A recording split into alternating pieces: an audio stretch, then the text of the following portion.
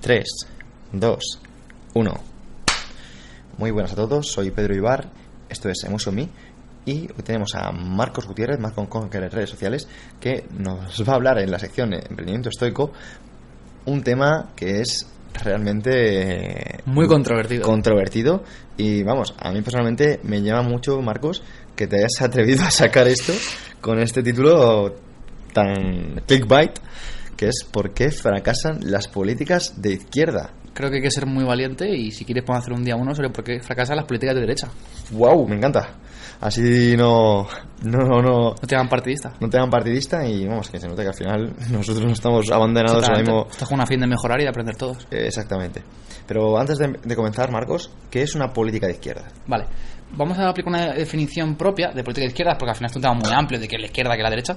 Entonces, aquí te diría que una política de izquierdas es aquella que utiliza medios estatales, utiliza el Estado para cumplir un determinado fin. No me meto en qué fines, da igual el objetivo, ¿vale? Normalmente suele ser la igualdad de oportunidades, reducir la pobreza, asimetría de información en los mercados, bienes públicos, extraer negativas como la contaminación, ese tipo de temas. Pero vamos, la idea básica es utilizar el Estado para conseguir cualquier fin, ya sea meter a gente en campos de concentración, ya sea redistribuir la riqueza. Wow.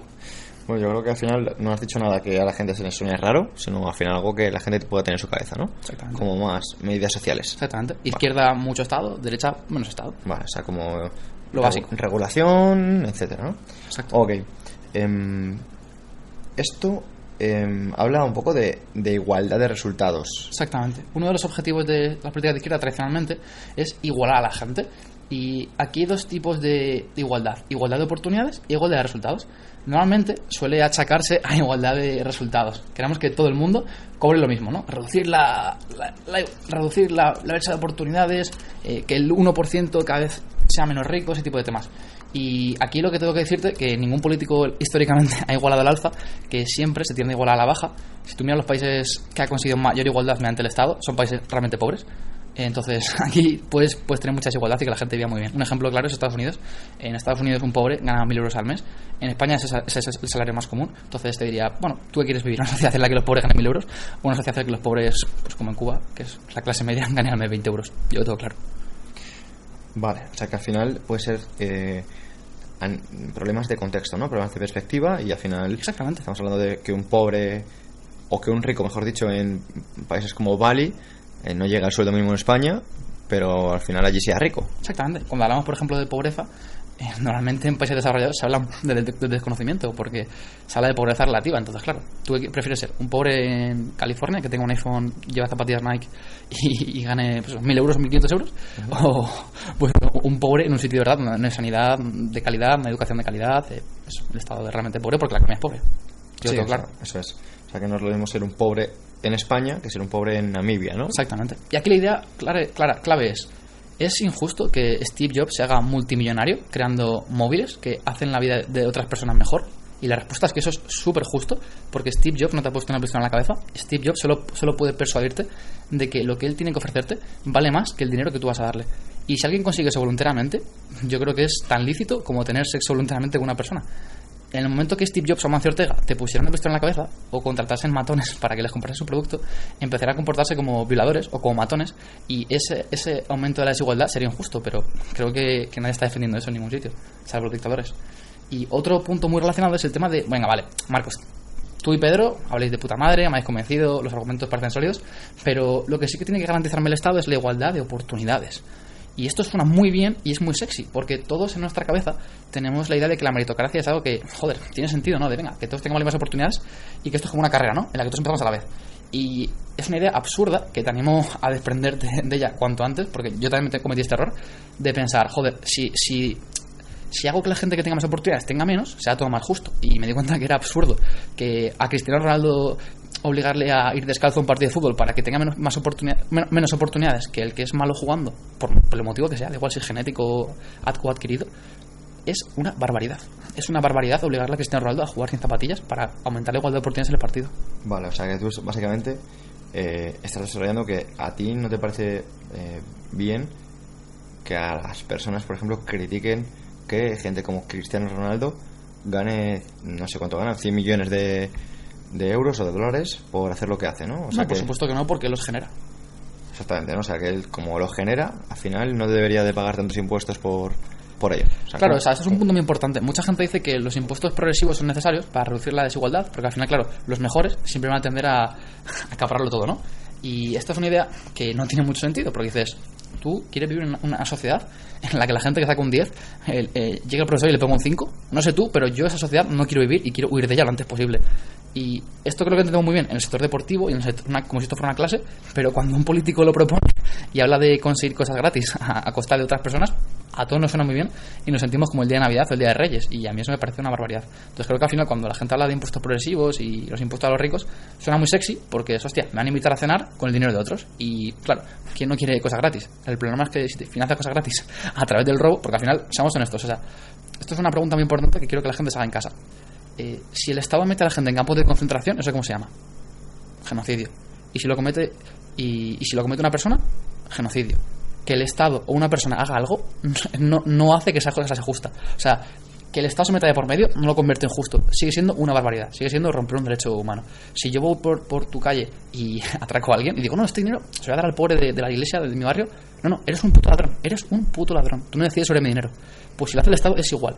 Sí, entonces, o sea, si entendemos ejemplo, que... Exactamente. O sea, por ejemplo, como lo hemos visto en películas como El Padrino, que ciertas personas se llevaban dinero de negocios locales por protección, aunque fuera en contra de su voluntad, eso se llamaba mafia. Pero en cambio, si esa protección, entre comillas, impuesta es por el Estado, la gente lo entiende, ¿no? Cuando realmente es otro tipo de mafia, solo con un marketing mucho mejor, ¿no? Aquí viene lo peor. El origen del Estado es ilegítimo. El Estado es una banda de bandidos que acapara un territorio. Esto se llama la teoría predatoria del Estado, o teoría de la superestratificación. Es una banda de bandidos que conquista un territorio, impone su moneda, empieza a cobrar impuestos a los campesinos, y ese es el origen del Estado, te guste o no te guste. ¿Por qué Francia se llama Francia y no se llama Galia? ¿Quiénes eran los francos? Unos bandidos. ¿Quiénes éramos los españoles en América Latina? Gente que derrota una tribu, invade el territorio, impone su moneda, cobra impuestos. Y los británicos en las Indias, ¿quién eran? Unos bandidos. Y esto es una realidad empírica. Obviamente, pues luego, posteriormente se convirtió en democracia en estos países, pero ese es el origen. Y por otro lado, ningún monarca cobró más de un 5% de impuestos históricamente. Y dices, hostia, pues no sé qué prefiero vivir, ¿sabes? En un sitio en el que me quiten el 5% de la renta o el 50%.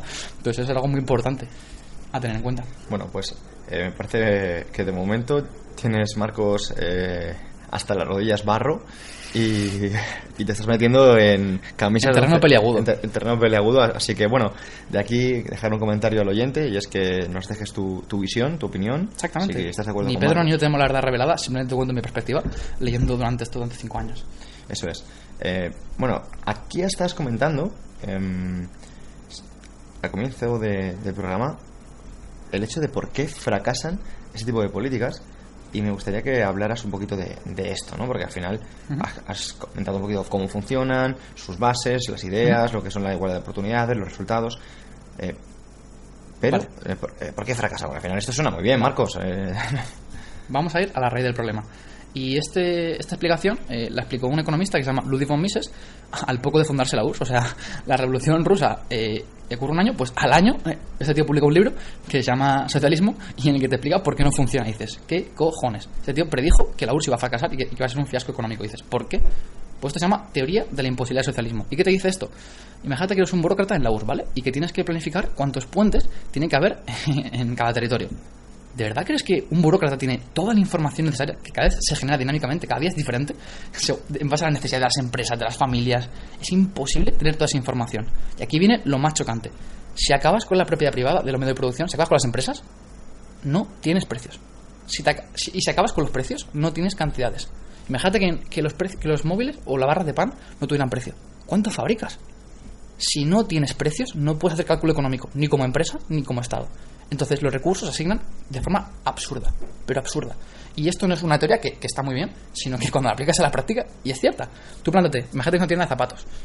Si no sabes a qué precio puedes vender los zapatos, es imposible llevar un negocio de forma eficiente. Entonces los recursos los asignas a cometidos ineficientes. Así que este es un poco la raíz del argumento. Podéis buscarlo en Google si os interesa. Entonces sin precios no hay cálculo económico. Otro motivo es lo que hablamos siempre en el podcast de Nassim Taleb, de Skin in the Game. Un burócrata no se juega nada. O si se juega algo es muy pequeño respecto a lo que te juegas tú. Entonces, si tú juegas al póker con garbanzos, te da completamente igual a largo plazo. Y no pienses que los políticos son ángeles, porque no lo son. Y esa idea de que la política no tiene ambición, no tiene ánimo de lucro, es una falacia. Un político quiere maximizar su cuota de poder, quiere ganar dinero a corto plazo, a 4 años, pero el resto le da igual. O no, si no le da igual, es secundario. Y tienes que entender esto. De hecho, la gente que prospera en política tiende a ser gente muy turbia, que es capaz de traicionar a su familia o a sus amigos, que no tiene valores. Y de hecho, vamos, todos los percibimos a la sociedad como ladrones, como gente que es poco ética. Entonces, te diría que no sé qué prefiero, si delegar mi libertad a una persona voluntariamente o a un tío que yo no he elegido necesariamente y que es un tío turbio. Sobre todo porque al final lo que estás comentando es que hoy por hoy la regulación impide que una persona que ha estado en el poder se vaya del poder. Al final, hoy por hoy, si tú como cliente confías en una empresa, si mañana esa empresa te traiciona la confianza, tú mañana compras la competencia. El problema está con lo que estás comentando de políticos, es que si hoy por hoy un político te traiciona, tú no puedes decir me voy a la competencia, no, tú tienes que apechugar con lo que acabas de dar con la clave. El problema de las políticas de izquierda es que son como violar a personas. ¿Es justo violar gente? Es una barbaridad. Pues los políticos de izquierda hacen literalmente eso. Entonces, una política de izquierdas es literalmente como violar a alguien. Entonces, eso no puede ser justo nunca. Y aquí otro punto muy, muy, muy importante es la ignorancia. Y a veces esta ignorancia es voluntaria, es consciente. Es decir, bueno, esta vez es diferente, esta vez va a funcionar. Por ejemplo, ahora mismo podemos invertir un pacto en el que van a aprobar medidas que no han funcionado en 2008, no han funcionado en ningún sitio, en ningún país comparable con España. Y dices, ¿esto por qué ocurre? Primero, porque los votantes no tienen ni idea de teoría económica, no saben nada de teoría económica básica y no saben, por supuesto, nada de escuela de elección pública, de análisis de incentivos, de psicología conductal, nada de lo básico, y se guían por sus emociones, por sesgos conductuales, por su background, por su personalidad, todo esto. Y dices, sí, se guían al final porque los políticos no dejan de ser una figura creada para que les votes. Exactamente, marketing político. O sea, está demostrado, por ejemplo, que los políticos guapos tienden a hacerlo mejor electoralmente. Sí, totalmente. Al final los políticos van a arreglarse, llevan a personas que les ayudan a comunicar mejor y a vestir mejor y sobre todo a exponerse mejor y en los días adecuados a besar bebés, etcétera, para crear una mejor imagen y crear una mejor tendencia de cara a los votos. No obstante, esto al final estamos hablando de que va en contra de, por ejemplo, un autor que tenemos aquí delante de los libros encima de la mesa, que a mí me gusta poner un ejemplo, y es que imagínate que estás en un hospital y ves por un lado a un cirujano en el que va muy arreglado, muy bien aseado, que huele muy bien, que te habla muy bien, y por otro lado en su mismo puesto a un cirujano igual, pero que no va tan aseado, que no huele tan bien, que no habla tan bien, que no comunica nada de bien y que tiene un aspecto más rudo.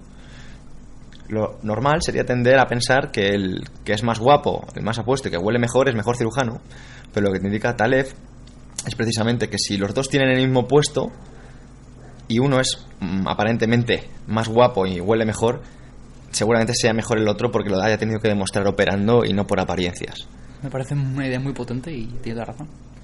Bueno, ¿qué te voy a contar a ti si eres un gran fan de este señor? Y Marcos, si quieres podemos tangibilizar un poco lo que acabamos de contar con ejemplos reales. Por favor, sí, porque al final con ejemplos concretos siempre es menos abstracto. Eso es. He traído hoy 4 ejemplos concretos que son bastante diferentes y probablemente la gente en casa no los conozca, así que os animo a, si os interesan estos temas, buscarlo en Google, curiosidad lo que podáis, pero nunca os conforméis con lo que Pedro y yo digamos. El primero es el sistema de pensiones de España, que se habla muchísimo de él, cada vez más probablemente, contra el de Chile, ¿vale? Son dos sistemas antagónicos, o sea, en un lado tienes el español, que es de reparto, y en otro tienes el de Chile, que es de capitalización, de ahorro privado. El de español no hay nada ahorrado, el Estado reparte lo que cobra como cotizaciones sociales por el trabajo y lo reparte los pensionistas. Y entonces hay gente que trabaja, que es la que le quita el dinero, y hay gente que recibe, que son los pensionistas. Ese es España. Y está Chile. Chile tiene un sistema que puso Pinochet junto con gente de los Chicago Boys, que eran liberales, economistas, y hicieron un sistema que era único entonces, la verdad que fue de los pocos en el mundo que se han aplicado, y lo que consistía era que el trabajador, en lugar de dar ese dinero a la seguridad social y que eso se repartiese, lo ahorraban, o sea, generaban ahorro interno en la economía, la cual se podía reinvertir luego en empresas, y lo que hacían era que cada pensionista ahorrase un 10% de su salario todos los meses, ¿vale? En España, el trabajador medio ahorra un 30%, 10% en Chile, 30% en España, ¿vale? Esto es muy claro. Vale, pues vamos a ver cómo funcionan estos sistemas. Bueno, el sistema de pensiones chileno está en el top 10 del mundo en cuanto a sostenibilidad y pago de pensiones. El español está en los últimos del mundo en sostenibilidad. Empezamos mal. Vamos con más cifras concretas. El sistema de pensiones español, ahorrando el 30%, te da una pensión que es el 70% de tu último salario. ¿Vale? 30% y mantengo el 70% de mi último salario. En Chile, con el 10%, te dan el 40%. Es decir, que si el sistema chileno ahorrásemos lo mismo que el español, tenemos una pensión del 120% de mi último salario. Es una auténtica barbaridad. Y aquí viene lo clave. Este 120% sería sostenible. Sostenible porque no tiene un esquema piramidal como el español que depende de la demografía. O sea, al final el sistema chileno es yo ahorro una cantidad y recibo esa cantidad. Y sobre todo, hablando de demografía, estamos hablando de que cuando se desarrolló este problema, la gente tenía una esperanza de vida de unos 75 años y que en cosa de 40 años se ha mejorado más de un 15%. O sea, lo que estamos hablando es que hoy por hoy la gente vive como unos 15 años más casi, o incluso 20, ¿no? Claro, casi, claro. Que pues la gente ya llega por encima de los 90 años, en plan que es casi lo normal, cuando antes, por ejemplo, a los 75 la gente ya estaba ya no jubilada. También es verdad que cuando hablamos de este tipo de estadísticas hay que tener en cuenta que cuando se desarrolló el primer sistema de reparto con Bismarck, la esperanza de vida infantil había mucha más mortalidad infantil, entonces claro, eso bajaba la media. Entonces a lo mejor la gente que superaba los 18 años llegaba hasta los 35, entonces bueno, eso hay que tenerlo en cuenta. Vale. Y aquí un punto muy importante rápidamente sobre el tema de Chile. Mucha gente dice, ya, pero es que en Chile, mira, tus datos son correctos probablemente, no te lo voy a discutir, Marcos, que tú controlas de esto, parece, pero en Chile hay pensiones muy bajas, ¿no? En plan de la pensión media, pues yo he visto en internet que son 300 euros. Vale, aquí te diría es, mira esa pensión, ¿cuánto tiempo ha cotizado esa gente? Lo que no podemos pretender es cobrar pensiones muy altas trabajando poco. Eso ya no hablamos de sistemas, hablamos de el mundo de la piruleta, hablamos de unicornios, hablamos de Papá Noel, pero claro, tenemos que hablar del mundo real. Y si hablamos del mundo real, tenemos que comparar sistemas. Y yo estoy diciendo que este sistema, a igualdad de ahorro, te genera prácticamente el doble de rentabilidad para el trabajador medio y encima son sostenibles. El actual te genera rentabilidad mucho menor y encima no es sostenible. Entonces, bueno, no sé tú también, pero yo al menos no quiero dejar mi jubilación en manos de los políticos, no me fío de ellos para nada y, oye, que si tú quieres hacerlo, estás en tu derecho a hacerlo, pero a mí no me lo impongas ni a Pedro ni a quien quiera salirse del sistema. De hecho, aquí la clave es, si las pensiones públicas fueran tan buenas, ¿por qué hay que imponerlas? Wow. Marcos, has hablado del sistema de pensiones español versus el chileno y me gustaría que hablaras, aunque creo que esto daría para un podcast, así que te voy a pedir que seas breve, de la diferencia, por ejemplo, del sistema sanitario español versus el de Singapur. Igual, aquí he traído un ejemplo de sistemas antagónicos. El sistema español es simplemente que el Estado se dedica a construir hospitales, contratar funcionarios, etcétera, y eso lo financia mediante presupuestos generales, aunque bueno, hasta el año 91 era con cotizaciones a la Seguridad Social, y después, para salvar el sistema, pues lo sacaron de ahí y dijeron, bueno, pues nos cambiamos el dinero de bolsillo y ya las pensiones son sostenibles, ¿sabes? Se arregla nuestra cara y nos dicen que amían. Pero bueno, dicho esto, en España es un sistema público 100%, o sea, gran parte por el Estado todo, y en Singapur es todo lo contrario, son todo seguros privados, digamos que compiten entre sí aseguradoras para atraer contribuyentes, y el Estado garantiza que nadie a partir de cierto umbral de renta se queda sin sanidad. ¿Qué pasa? Te garantiza una habitación pues compartida, con prestaciones básicas, te cubre todas las enfermedades, pero no tiene las mejores prestaciones posibles. Vale, pues el sistema de Singapur tiene mejor rendimiento que el español en el ranking de la OMS del año 2000, lo cual está bastante bien. Dice, joder, rendiría mejor que España, que tenemos una buena sanidad, está bien, y encima cuesta por contribuyente la mitad. Y dices, joder, lo que hacemos cuando dejamos a la gente innovar y ser libre, wow. Aquí, claro, la gente me dirá, ya bueno, pero es que Singapur es un caso concreto, porque en Estados Unidos yo he oído que la sanidad es privada y claro, es muy cara y funciona peor, ¿no? Y aquí te diría que si piensas esto, que oye, es un cliché muy extendido, te diría que analices la realidad antes de formarte una opinión. Yo también he cometido este error en el pasado, porque Estados Unidos gasta más en sanidad pública que España, entonces, si tienes esta opinión, realmente simplemente no te miras los datos. Pero una pregunta, Marcos, ¿gasta mucho más que España porque tienes más habitantes? Porque eso es evidente, ¿o gasta mucho más que España por habitante? No, eso es muy importante. No, por habitante, o sea, teniendo en cuenta como porcentaje el PIB, digamos. O sea, Estados Unidos gasta el doble que España como porcentaje del PIB en sanidad. Es una barbaridad. Es un sistema súper malo, ineficiente. Y de hecho, si quieres un día podemos hacer un episodio sobre sanidad, porque en Estados Unidos, antes de los años 30, era un sector muy liberalizado. Luego llega el Instituto de Médicos de Estados Unidos, el LAMA, y lo que hace básicamente es cargarse el sector, empezar a regularlo todo muchísimo, aumenta los costes disparatadamente. Sí, hay un libro de Elizabeth Kubler-Ross que se llama La Rueda de la Vida, de aquí ánimo a la persona a que lo desarrolle, y habla de cómo los médicos pasaron de preocuparse por cada paciente, a, en el momento que este sistema entra en juego, a mirar el coste de cada paciente de cara a decidir salvarle la vida o no. Exactamente. Si os interesa mucho este tema, Milton Friedman, que es un economista de la Escuela de Chicago, ha escrito muchísimo al respecto, tiene varios vídeos en YouTube, así que bueno, sobre todo habla mucho sobre como el papel de la American Medical Association, incentivando pues la superregulación y el gremialismo actual. Y el tema de la regulación profesional y todo esto. Es una locura. Yo cuando lo leí me quedé... De hecho, yo lo leí en un momento en el que yo llevaba una talla supraabdominal, que es, para que tengas una idea, un tubo por dentro de las tripas para poder orinar.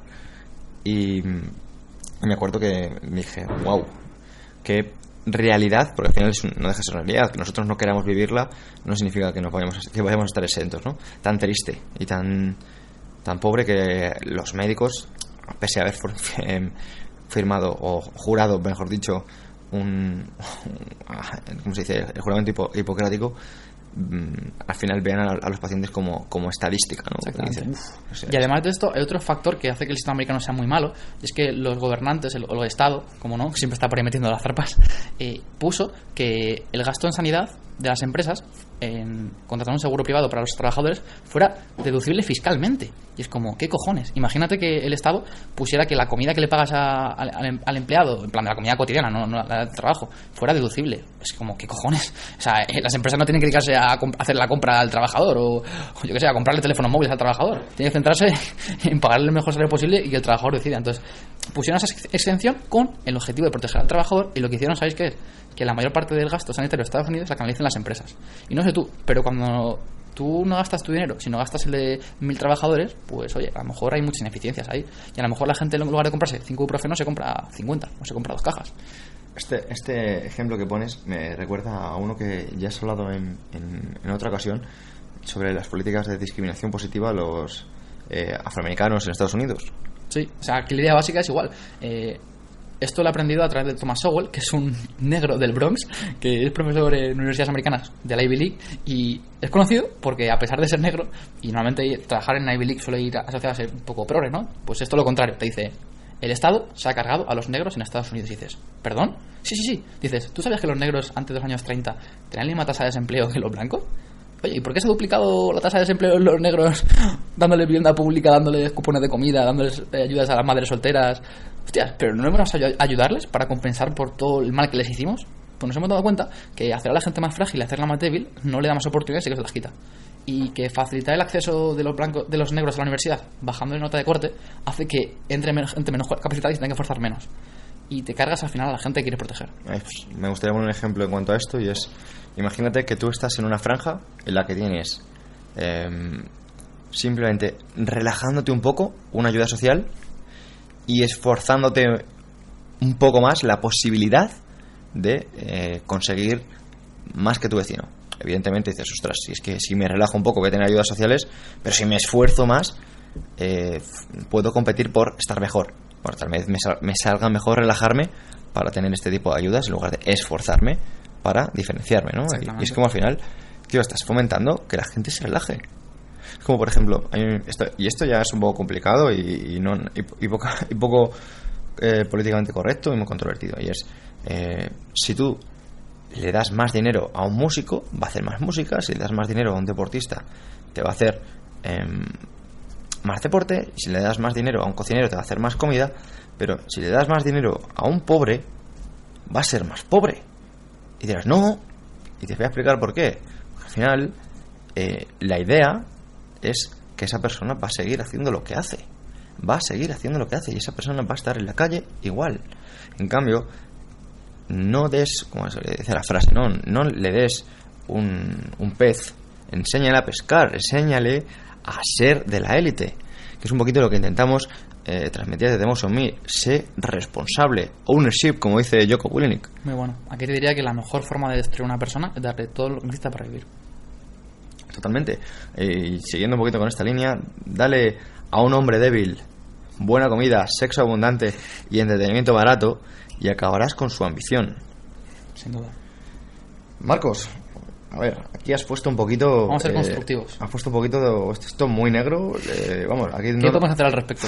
Exactamente. ¿Cómo mejoramos todo esto? ¿Qué podemos hacer para que esto no sea tan oscuro? Un poco para no parecer aquí el tío que da mala noticia siempre, os voy a traer 5 casos de ejemplos de buenas políticas que, aunque son de izquierdas, entienden estos problemas y los minimizan.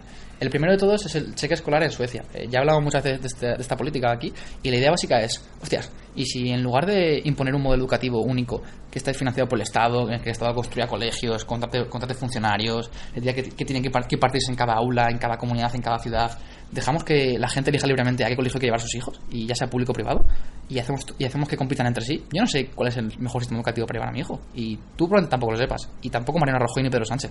Ellos no tienen ni idea de ello. Pero lo mejor, ¿sabes cuál es? Que cuando tú no sabes qué móvil es el mejor, dejamos que haya cientos de empresas compitiendo entre ellas y que millones de consumidores decidan. Entonces, en Suecia han entendido esto y en los años 90 estaban a punto de quebrar y dijeron, hostias, pues no podemos seguir aumentando el gasto público en educación constantemente, así que si queremos mejorar el sistema educativo, pues tenemos que introducir reformas liberales. Introdujeron el cheque escolar. Esto lo aplica mucho en los países nórdicos y también lo aplican en materia de sanidad. Y es algo súper interesante, es decir, hostias, no dejamos a nadie atrás porque la gente pobre puede acceder a colegios muy buenos y a hospitales muy buenos, pero no hacemos al contribuyente preso. Y eso es muy importante. O sea, antes comentabas tú esto y es verdad, al final dices, ¿por qué los políticos lo hacen mal? Porque no tienen que pasar el test de mercado, porque no tienen que seducirte como Steve Jobs, pueden imponértelo. Y cuando tú puedes violar a la gente en lugar de seducirlo, pues violarla es más sexy y es más fácil. Es como, ¡boom!, no tengo que forzarme. Totalmente, al final, si algo te es dado o algo lo tienes por mando, no va a ser tan bueno como algo que te has tenido que currar o has tenido, al final la diferencia se nota, ¿no? Y ¿qué más medidas? Porque al final hay muchos ejemplos. Un ejemplo que me gusta mucho es Nueva Zelanda. En los años 90 Nueva Zelanda tenía bastante inflación, era un país que no está haciendo muy bien económicamente y de repente llega un año brutal, año 90, está a punto de petar todo y ¿sabes qué pasa? Que cayó mucho la economía y llegó el Partido Socialista de allí y dijo, bueno, pues como este modelo no funciona habrá que reformarlo. Y lo que hicieron fue recortar el gasto público de forma masiva, pero masiva, o sea, aquí Rajoy bajó el gasto público 0,8 puntos porcentuales, vale, pues allí lo bajaron 10 puntos, una barbaridad, o sea, muchísimo. Hay departamentos que tenían 1.000 trabajadores, cero, al día siguiente, cero. Para que hagamos un poco de los términos de dólar. Pero esa gente, eso no es una política de izquierdas. Es de izquierdas porque hace sostenible el resto de cosas. Okay. O sea, es de izquierdas inteligente, digamos. Ok. Y lo que hicieron fue el sistema de pensiones privatizarlo. ¡Wow! Gente de izquierdas. ¿Y sabes con quién? Con el apoyo de sindicalistas. Porque hay gente, te das cuenta que hay gente de izquierdas ahí fuera, en el mundo, no en España, internacionalmente, que entiende este tipo de cosas y estos problemas y aprende de la historia. Entonces, muchas veces cuando critico a la izquierda, sobre todo me centro en España, porque en otros países hacen cosas que dices, realmente no puedo decirte nada. Ahora ponemos otros ejemplos, pero digo, joder, a mí que la gente puede elegir libremente, si ir al colegio público o al colegio privado, me parece la hostia. O que en parte izquierda me baje los impuestos, pero de verdad, o que incentive que la gente ahorre, me parece la hostia. Pero claro, esto en España nunca pasa. Y dices, ¿por qué pasa? Es curioso, es un tema cultural. Entonces, bueno, entonces el segundo ejemplo es el sistema de pensiones de Nueva Zelanda, que lo privatizaron y fueron gracias a los sindicatos y al PSOE de allí. Joder. El tercero es Canadá. En Canadá gobierna también el PSOE con Justin Trudeau y lo que hizo fue crear SICAPs para todo el mundo. En España las SICAPs están muy mal vistas, son un vehículo de inversión, de ahorro, en el que tú metes dinero junto con otros inversores como un fondo de inversión y compras empresas y consigues rentabilidad, ¿vale? Pues en Canadá dijeron, ¿sabes qué? Este modelo me encanta, porque incentiva el ahorro. Tú mientras no saques el dinero de esa institución, de ese mecanismo, no tributas. Esto es la hostia, porque aprovechas el interés compuesto. Esto es muy sencillo. Vale, pues en Canadá lo hicieron asequible a todo el mundo. En España se habla de quitarlas. Pues allí dicen de cómo es tan bueno para incentivar el ahorro y que la gente construya un patrimonio y la gente sea libre y financieramente, pues ¿por qué no lo hacemos para todo el mundo? Pues en España, en lugar de igualar al alza, pues igualamos a la baja. Pues allí igualan al alza, lo cual me encanta. El cuarto impuesto es el tema de los impuestos verdes sobre el tema de contaminación en Canadá. Porque claro, aquí se habla mucho en España de pacto PSOE y Podemos. Hostia, hay que poner impuestos verdes para reducir las emisiones de CO2 y reducir el impacto de España en el cambio climático, no sé qué dices. Vale. Pero esos impuestos verdes supongo que irán para paliar las consecuencias de estos efectos. Porque si no, lo que está haciendo es aumentar el gasto corriente en enchufar a gente que a lo mejor no sirve para nada, simplemente para justificando eso, ¿no? Y lo que hizo Justin Trudeau en Canadá fue ese dinero que recaudan con impuestos verdes, devolverlo a la ciudadanía como un salario, como si fueran dividendos. Entonces dice, bueno, yo quiero demostrar que esto lo hago para paliar estas externalidades negativas, esta contaminación, pero no para recaudar más. Porque en España esto ni se ha planteado, por supuesto, porque claro, esta gente quiere dinero, no quiere tu dinero, quiere tu cartera, no quiere el cambio climático, probablemente le da igual. Si no haría lo que hace Justin Trudeau en Canadá. Brutal. Y el quinto ejemplo, y el último, que hay mucho más, es el tema del mercado laboral en los países nórdicos. Como os comentaba, en los años 90, o sea, una idea básica, ¿vale? Los países nórdicos hasta los años 40, la Segunda Guerra Mundial, eran países súper ricos que crecían a tasas de la hostia, del 7-9%. Y de repente llega la Segunda Guerra Mundial, empieza a llegar el estado de bienestar, porque empiezan a copiar a la URSS, la gente pensaba que eso funcionaba. Pobre de ellos. Y básicamente empieza a caer el crecimiento de los países nórdicos hasta los años 90, según aumenta el gasto público, es que es lineal literalmente, y en los años 90 empiezan a introducir estas reformas, como el cheque escolar. Y una de ellas fue liberalizar los mercados laborales. Dijeron, tenemos que tener las economías más competitivas del mundo, y para que una economía sea competitiva tiene que ser capaz de asignar recursos eficientemente. Esto quiere decir que si las fábricas de DVDs dejan de funcionar y la gente quiere dejar de utilizar DVDs, esa gente tiene que irse a la calle y mañana encontrar trabajo en otro sitio. Entonces lo que inventaron fue lo que se llama actualmente flexiseguridad, que es, hostias, mañana te puedes pedir a la puta calle sin indemnización casi, pero mañana encuentras trabajo. Porque si es muy fácil si es muy fácil despedir, también es muy fácil contratar. Entonces con eso incentivas movilidad laboral. Pero eso, Marcos, perdóname, ¿no te parece más una política liberal de derechas, por ejemplo? Aquí te diría que utiliza el Estado para reducir la pobreza. Entonces, si seguimos esa definición, podría considerarse de izquierdas. Total. Pero sí, está claro que se suele asociar a la derecha. Vale, pues bueno, de aquí creo que has dejado un montón de píldoras, te has metido en varios charcos, yo creo que también has salido de ellos, así que bueno, sobre todo lo dejamos la pelota en el tejado de los oyentes para que realmente se quieran mojar o no y dejar su opinión. Un placer, Pedro, muchísimas gracias por traerme aquí. Invito a todos los oyentes a todas las cosas que he comentado, buscarlas en Google, porque de verdad creo que están documentadas y creo que puede aportar muchísimo de cara a ampliar. Eso es, así que si alguien tiene algo que echar en cara aquí a Marcos, pues que se lo ponga por los comentarios. Dejaros vuestro insulto en los comentarios. Eso es, podéis dejar cualquier tipo de mofa, insulto o en los comentarios. Un saludo, o incluso todo lo contrario. También felicitarle. También podéis compartirlo. También podéis compartirlo por redes sociales si os ha gustado, ¿vale? Nos vemos en el próximo. Un abrazo.